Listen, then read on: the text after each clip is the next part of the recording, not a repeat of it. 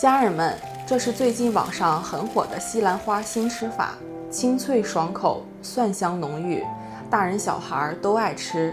首先把西兰花剪成小朵，接着加1勺盐，再倒入清水浸泡5分钟，这样可以有效去除里面的虫卵和杂质。碗中加入1勺盐、1勺鸡精、半勺白糖、2勺生抽、1勺蚝油，再加1勺淀粉，少许清水，搅拌均匀备用。锅中水开，加1勺盐，1点食用油，再倒入西兰花。用这个小技巧焯烫出来的蔬菜翠绿不发黑。